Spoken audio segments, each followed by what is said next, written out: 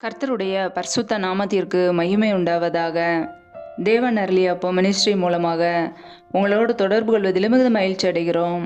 இன்றைக்கும் இந்த நாளிலும் தேவன் நமக்கு கொடுக்கிற வார்த்தை நீதிமொழிகள் 11ஆம் அதிகாரம் 8ஆம் வசனம்.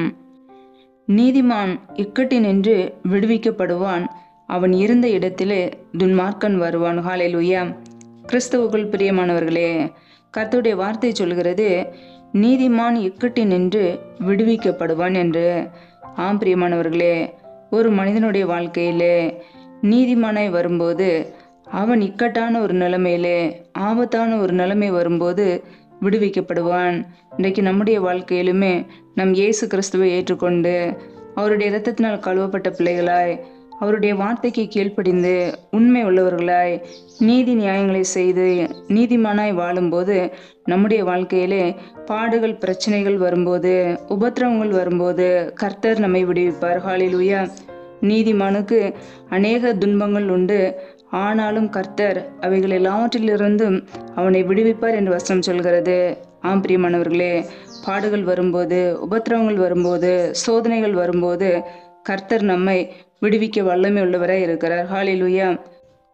நம்முடைய வாழ்க்கையிலே கர்த்தராகிய இயேசு கிறிஸ்துவை முழுமையாக பற்றி பிடித்து கொள்வோம்.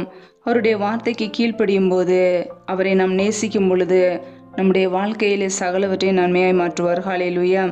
கர்த்தருடைய பிள்ளைகள் பிரச்சனைகள் பாடுகள் வரும்போது, ஆபத்தான ஒரு நிலைமை வரும்போது சோர்ந்து போகாதபடிக்கு கர்த்தரை நாடுவோம், தேடுவோம். அவருடைய சமூகத்திலே காத்திருந்து துதிப்போம். கர்த்தர் நம்மை விடுதலையாக்குவார். நீதிமான் இக்கட்டி நின்று விடுவிக்கப்படுவான் என்று வசனம் சொல்கிறது. நீதிமானும் நெருக்கத்திலிருந்து நீங்குவான் என்று வசனம் சொல்கிறது. ஆம் பிரியமானவர்களே, நம்முடைய வாழ்க்கையிலே நெருக்கமான ஒரு நிலைமை வரும்போது, உபத்திரவங்கள் வரும்போது நாம் கர்த்தரை நோக்கி கூப்பிடுவோம். கர்த்தர் நம்முடைய ஜெபத்துக்கு பதில் கொடுப்பார், நம்மை விடுதலையாக்குவார். ஹல்லேலூயா.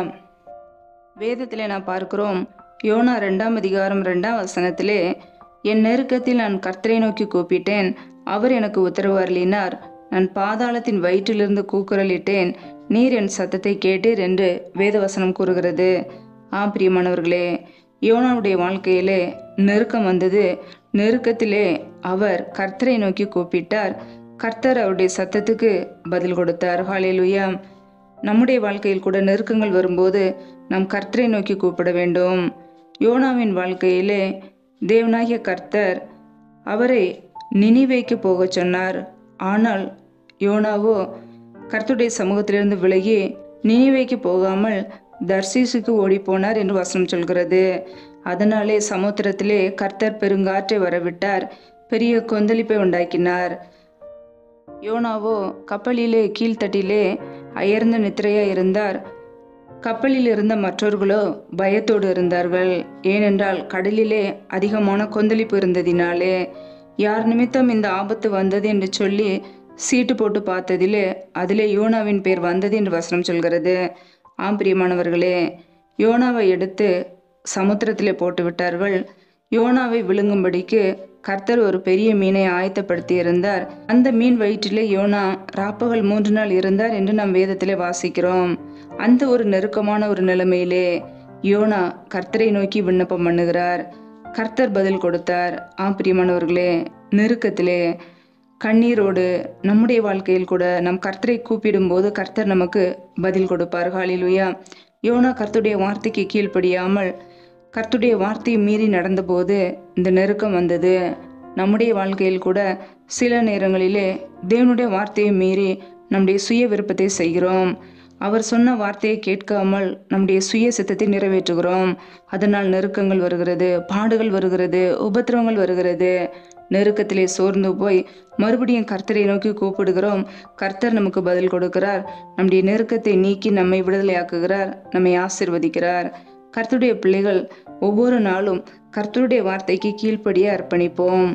ஒவ்வொரு நாளும் வேத வசனத்துக்கு கீழ்ப்படுகிறோமா? அவருடைய சித்தத்தை செய்கிறோமா? அல்லது நம்முடைய சுய சித்தத்தை செய்கிறோமா? தேவனுக்காக வாழ்கிறோமா? அல்லது நமக்காக நம்முடைய சுய விருப்பத்தை நிறைவேற்ற வாழ்கிறோமா? நம்மை நாமே ஆராய்ந்து பார்ப்போம். யோனாவுடைய வாழ்க்கையிலே கர்த்தருடைய வார்த்தைக்கு கீழ்ப்படியாமல் போகும்போது அங்கே கடலிலே பெரிய கொந்தளிப்பு உண்டானது. நம்முடைய வாழ்க்கையில் கூட கர்த்தருடைய வார்த்தைக்கு கீழ்ப்படியாமல் வாழும்போது பல பாடுகள் பிரச்சனைகள் வருகிறது. பெரிய ஆபத்துகள், இக்கட்டான சூழ்நிலைகள் வருகிறது. மறுபடியும் நாம் உணர்ந்து மனம் திரும்பும்போது கர்த்தர் நம்மை விடுதலையாக்குகிறார், ஆசீர்வதிக்கிறார். அவருடைய சமூகத்திலே நம்மை தாழ்த்தும் போது கர்த்தர் நம்மை ஆசீர்வதிக்கிறார். ஒருபோதும் கர்த்தருடைய சமூகத்திலிருந்து விலகாதபடிக்கு அவருடைய வார்த்தைக்கு கீழ்ப்படிந்து நீதிமான்களை வாழ்வோம். வேதம் சொல்லுகிறது, நீதிமானுடைய இருதயத்திலே தேவன் அருளிய வேதம் இருக்கிறது என்று சொல்லி, நம்முடைய வாழ்க்கையிலே இருதயத்திலே வேத வசனங்கள் இருக்கிறதா? அல்லது உலக கவலைகள், உலக சிற்றின்பங்களை யோசிக்கிறோமா? ஒவ்வொரு நாளும் கர்த்தருக்கு பிரியமாய் வாழ நாம் அழைக்கப்பட்டு இருக்கிறோம். நம்முடைய இருதயத்திலே வேத வார்த்தைகள் இருக்க வேண்டும். இருதயத்தின் நிறைவினால் வாய் பேசும் என்று வேதம் சொல்கிறது. ஒவ்வொரு நாளும் எதை பேசுகிறோம்? என்ன காரியங்களை பேசுகிறோம்? தேவையில்லாத வீண் வார்த்தைகளை பேசுகிறோமா? ஒவ்வொரு நாளும் கர்த்தர் நம்மை ஆராய்ந்து அறிகிறார். நம்முடைய இருதயத்தின் நினைவுகளை அறிந்து கொண்டு இருக்கிறார். நம்முடைய இருதயத்தை பார்த்து ஆசீர்வதிக்கிற தேவன். கர்த்தருடைய பிள்ளைகள் கர்த்தருக்கு பிரியமாய் வாழ அர்ப்பணிப்போம். அவருடைய வார்த்தைக்கு கீழ்ப்படிந்து நீதிமான்களை வாழும்போது கர்த்தர் நிச்சயமாய் நம்மை ஆசீர்வதிப்பார். நம்முடைய நெருக்கத்திலிருந்து, பாடுகளிலிருந்து, பிரச்சனைகளிலிருந்து அவர் விடுதலையாக்குவார். ஒருவேளை கடன் பிரச்சனையில இருக்கலாம், அல்லது வியாதி என்ற நெருக்கத்திலே இருக்கலாம், அல்லது மற்றவர்களால் நிந்திக்கப்பட்ட ஒரு நிலைமையிலே, மற்றவர்களால் ஏமாற்றப்பட்ட ஒரு நிலைமையிலே, மனிதர்களால் கைவிடப்பட்ட ஒரு சூழ்நிலையிலே இருக்கலாம். எந்த ஒரு சூழ்நிலையிலே நீங்கள் இருந்தாலும் நீங்கள் கர்த்தரை நோக்கி கூப்பிடும்போது அவர் உங்களை விடுதலையாக்குவார். நீங்கள் கர்த்தருடைய சித்தத்தை செய்ய அர்ப்பணிக்கும் பொழுது கர்த்தர் உங்கள் வாழ்க்கையை மாற்றுவார், உங்களை ஆசீர்வதிப்பார். கர்த்தரையே சார்ந்து வாழ்வோம், கர்த்தர் நம்மை ஆசீர்வதிப்பார். கர்த்தருடைய வார்த்தைக்கு கீழ்ப்படிவோம், கர்த்தர் நம்மை ஆசீர்வதித்து அவருடைய கிருபையினால் நிரப்புவார். ஹல்லேலூயா. கர்த்தர் தாமே இந்த வார்த்தையின்படி உங்களை ஆசீர்வதிப்பாராக. ஆமேன். நம்மை நாமே அவருடைய சமூகத்திலே தாழ்த்தி அர்ப்பணித்து ஜெபிப்போம். ஜெபம். எங்களை அதிகமாய் நேசிக்கிற எங்கள் அன்பின் பரலோக பிதாவே, மை துதிக்கிறோம், ஸ்தோத்திரிக்கிறோம் அப்பா. இந்த இரவு நேரத்துக்காக உடைய சமூகத்திலே வருகிறோம்.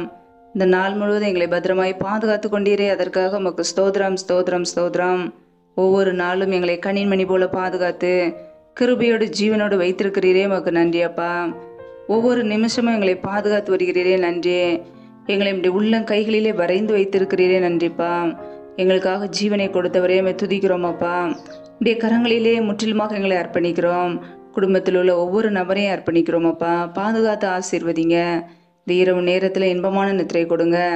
சத்துரு கொண்டு வருகிற போராட்டங்கள், பிரச்சனைகள், தீமைகள், மரண பயங்கள் எல்லாவற்றுக்கும் விலைக்கு எங்களை பாதுகாத்து கொள்ளுங்க அப்பா.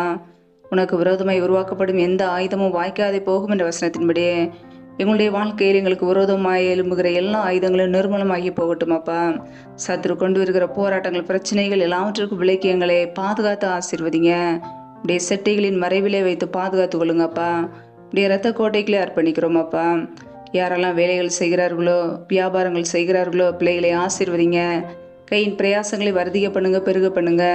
கையின் பிரயாசங்கள் தேவையில்லா செலவுக்கோ, வீண் செலவுக்கோ, மருத்துவ செலவுக்கோ, வட்டிக்கும் சொல்லி போகாதபடிக்கு என் தேவன் பிள்ளைகளை ஆசீர்வதித்து பெருக பண்ணுங்கப்பா. இப்படியே ஆசீர்வதிக்கும் கரம் பிள்ளைகளை ஆசீர்வதிக்கட்டும். இப்படியே பாதுகாக்கும் கரம் பிள்ளைகளை பாதுகாக்கட்டும். இப்படியே கரங்களிலே அர்ப்பணிக்கிறோம். எந்தெந்த குடும்பங்களிலெல்லாம் வேலைக்காக ஜெபிக்கிறார்களோ, வேலை காரியங்களில் இருக்கிற தடைகளை முற்றிலுமாக நீக்கி போடுவீராக. இயேசு கிறிஸ்துவின் வல்லமையில நாமத்தினாலே தடைகள் முற்றிலுமாக நீக்கப்பட்டு போவதாக. ரீபா ரபா ரூபாதார ஷேதேனமா கதரபலா, தடைகள் விலகுவதாக இயேசுவின் நாமத்தினாலே. ரி ஆக்கோபோர ஷேக்கல் எதேனமர ஹரதரபலா, ரி ஆக்கோபோர சந்த ரதன ஹதரபலா. என் தேவனுடைய வல்லமை வெளிப்படட்டும். ஒவ்வொரு பிள்ளைகளையும் ஆசீர்வதிங்கப்பா. பிள்ளைகள் படிப்புக்கேற்ற நல்ல வேலைகளை ஏற்படுத்தி கொடுங்க. இப்படி சமாதானத்தினால் பிள்ளைகளை நிரப்புவீராக. ஒவ்வொரு குடும்பங்களையும் இப்படி சமூகத்திலே அர்ப்பணிக்கிறோம். எந்தெந்த குடும்பங்களிலெல்லாம் கற்பத்தின் கனிக்காக பல மாதங்களாக கண்ணீரோடு பாரத்தோடு ஜெபிக்கிறார்களோ, என் தேவன் மனமிறங்கி ஆசீர்வதிங்கப்பா. பிள்ளைகள் கர்த்தரால் வரும் சுதந்திரம், கற்பத்தின் கனி அவரால் கிடைக்கும் பலன் என்று வேதத்திலே வாசிக்கிறோம். என் தேவன் ஆசீர்வதிங்க. கற்பத்தின் கனியில் இருக்கிற தடைகளை நீக்கி பழகி பெறுகிற கிருபைகளெல்லாம் நிரப்புங்கப்பா. அந்நாளை ஆசீர்வதித்த தேவன் பிள்ளைகளையும் ஆசீர்வதிங்க. இப்படியே கரங்களில் அர்ப்பணிக்கிறோம்.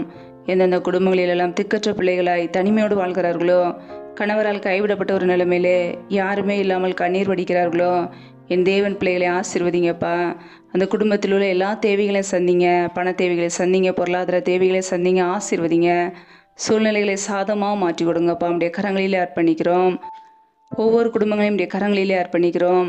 எந்தெந்த குடும்பங்களிலெல்லாம் கணவன் மனைவிக்கிடையே பிரிவினையோடு பிரச்சனையோடு வாழ்கிறார்களோ, குடும்பத்திலே சமாதானம் இல்லாமல் நிம்மதி இல்லாமல் கண்ணீரோடு வாழ்கிறார்களோ, என் தேவன் அவர்களை சந்திங்கப்பா. குடும்பத்திலே ஒருமனப்பட்ட ஆவியை கொடுங்க. குடும்பத்தில் பிரிவினையை கொண்டு வருகிற பொல்லாத சத்ருவின் கிரியைகள் எல்லாம் இயேசு கிறிஸ்துவின் நாமத்தினால வெளியேறட்டும். ரீ கபோர ஷேகெல் எதினம் அக்கார தரபலாம் ரீ ஆக்கபோர சந்த ரதனஹா தரபலாம். என் தேவன் ஆசீர்வதிங்கப்பா, சமாதானத்தை கொடுங்க. சிலுவையில் சிந்திய ரத்தத்தினாலே எங்களுக்கு சமாதானத்தை உண்டாக்கிய தேவன், என் தேவனுடைய சமாதானம் எங்களுடைய குடும்பங்களிலே தங்கி தாபரிக்கட்டும். அப்படியே கரங்களிலே அர்ப்பணிக்கிறோம். ஒவ்வொரு குடும்பத்திலும் அப்பத்தையும் தண்ணீரையும் ஆசீர்வதிங்கப்பா. வியாதியை உன்னிலிருந்து விலக்குவேன் வார்த்தையின் பிரகாரம் பிள்ளைகள் வாழ்க்கையில் இருக்கிற பலவீனங்கள் வியாதிகள் எல்லாவற்றையும் நீக்கி ஆசீர்வதிங்க, சுகப்படுத்துங்க. யாரெல்லாம் பலவீனத்தோடு சோர்ந்து போயிருக்கிறார்களோ அப்படியே பலனினால் நிரப்புங்க, சத்துவத்தினால் நிரப்புங்க, அப்படியே வல்லமினால் நிரப்புங்கப்பா. அப்படியே சமூகத்திலே காத்திருந்து புது கிருபைகளை பெற்றுக்கொள்ள அர்ப்பணிக்கிறோம். எங்களை ஆசீர்வதிங்க. நீரே எங்களுக்கு பாதுகாப்பு, நீரே எங்களுக்கு அடைக்கலம், நீரே கோட்டையாக இருக்கிறீர். அப்படியே சமூகத்தில் எங்களை தாழ்த்தி அர்ப்பணிக்கிறோம். எந்த சத்ருவின் தீமைகளை எங்களை தொடாதபடிக்கு வேலையடைத்து பாதுகாத்து கொள்ளுங்கப்பா. அப்படியே கரங்களிலே முழுவதுமாக தாழ்த்தி வெறுமையாக்கி ஜெபிக்கிறோம். ஏசு கிறிஸ்துவின் மூலம் ஜெபிக்கிறோம் எங்கள் ஜீவனுள்ள நல்ல பிதாவே, ஆமேன். கர்த்தர் தாமே உங்களையும் உங்கள் குடும்பங்களையும் ஆசீர்வதிப்பாராக. ஆமேன். Thanks for watching. Please subscribe our channel. Click the like and share. Click the bell. God bless you.